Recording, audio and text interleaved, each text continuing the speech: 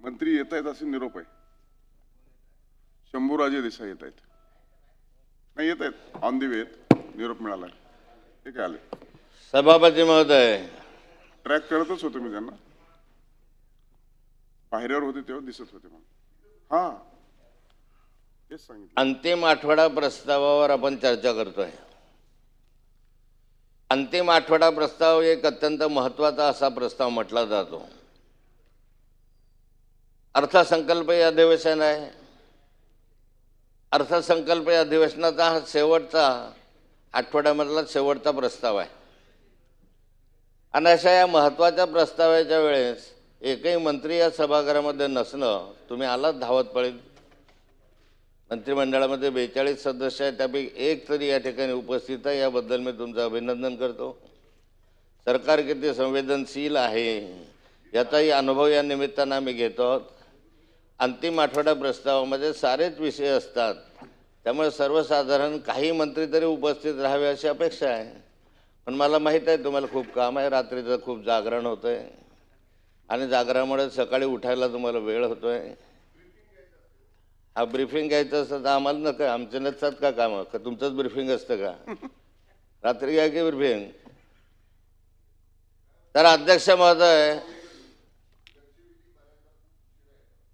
आणि ते आले की माहिती मिळवणं विभागातनं, त्याच्यामुळे वेळ होतो, दुसरं काही नाही. आणि मी वेळेत आलो होतो, थोडं लिफ्ट यायला वेळ झाला म्हणून 1-2 सेकंद उशीर झाला फक्त. सर्व मंत्र्यांचं ब्रीफिंग नसतं. मी मंत्री राहिलेलो आहे काही काळ, 15-1 वर्ष मी होतो. तर जाऊ दे सभापती महोदय, सरकार किती असंवेदनशील आहे याचं उदाहरण हे या ठिकाणी आपल्याला दिसत आहे. मी काल या सभागृहाच्या चर्चेमध्ये सांगत होतो, कायदा सुव्यवस्थेचा प्रश्न मी काल चर्चेला घेतला, पण कायदा सुव्यवस्थेच्या संदर्भातली चर्चा ही कितीही केली तरी अपूर्ण पडेल अशी अवस्था आहे. पण अध्यक्ष महोदय, कायदा सुव्यवस्थेच्या संदर्भामध्ये खून, दरोडे, बलात्कार, महिलांची सुरक्षा, ड्रग्स वगैरे हे विषय काल चर्चेला झाले. माननीय विरोधी पक्षनेत्यांनी पैकी पेनड्राईव्ह वगैरे घेऊन आपले घोटाळे, आपल्या भ्रष्टाचाराच्या संदर्भामध्ये काही विषय काढलेत. राज्य एका बाजूला आर्थिक दिवाळखोरीमध्ये आहे आणि हे सारं असताना राज्यामधले घोटाळे काही थांबलेले नाही आहे. परिवहन विभागामधला घोटाळा मोठा आहे, आरोग्य खात्यामधले घोटाळे मोठे आहे, विविध खात्यांमध्ये घोटाळ्याचे प्रकरणं काढले. ते घोटाळ्यांचं सरकार आहे. या ठिकाणी एवढा मोठ्या प्रमाणावर 32,000 कोटी रुपयापर्यंतचे घोटाळे होतात आणि माननीय मुख्यमंत्र्यांना त्याचं ज्ञान नसतं, हे या राज्याचं दुर्दैव आहे. अध्यक्ष महोदय, अधिकारी मुजोर झाले आणि या मुजोर झाल्यामुळे अध्यक्ष महोदय, अधिकारी का मुजोर झाले? कारण अधिकाऱ्यांना संरक्षण मिळायला लागलं, राजकीय संरक्षण. या ठिकाणी विविध खात्यातील अनियमितता असा एक विषय अंतिम आठवडा प्रस्तावामध्ये आहे. मी एक उत्तम उदाहरण आमच्या जळगावचं तुम्हाला देऊ इच्छितो.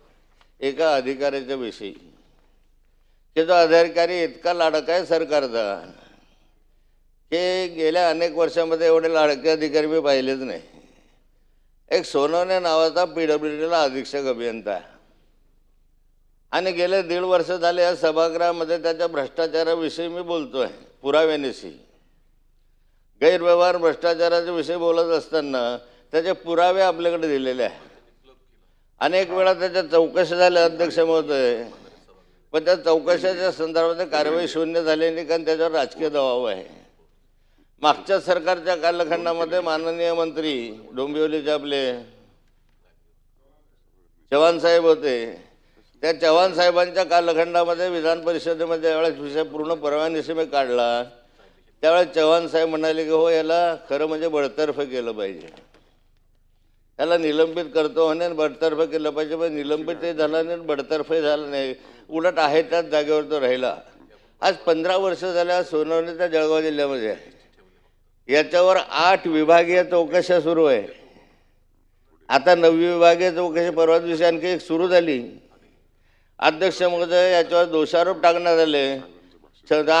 छत्रपती संभाजीनगर येथील 7 हिल उड्डाणपुलाचे डांबरीकरण कामावरील खर्चात प्रशासकीय मान्यतेत 10% अधिक बिल दिल्याने काढून टाकले. हा एक दोषारोप 8च्या 11 कालखंडातला आहे. हर्सोल जटवाडा जैतखेडा रस्त्यासह 10 रस्त्यांची कामे प्रशासकीय मान्यता प्राप्त नसताना तांत्रिक मान्यता देऊन वरिष्ठांची परवानगी न घेता आकस्मिक खर्चातून केल्या दुसरा दोषारोप आहे.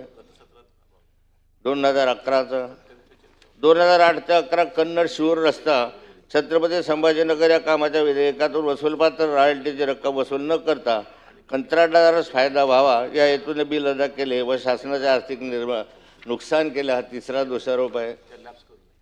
जळगाव कृष्णा एंटरप्राइजेस धुळे याचे निविदा पात्र असताना देखील जाणीवपूर्वक अपात्र ठरवून अपात्र असतानाही दुसऱ्या कंत्राटदारास लाभ व्हावा या हेतूने कंत्राट दिले या प्रश्नी विधान परिषदेत चुकीचे उत्तर पाठवून सभागृहाची व तत्कालीन बांधकाम मंत्र्याची दिशाभूल केली म्हणून चौकशी सुरू झाली आहे. चौथा दोषारोप आहे. 5वा दोषारोप 17 ते 21, 21 ते 2023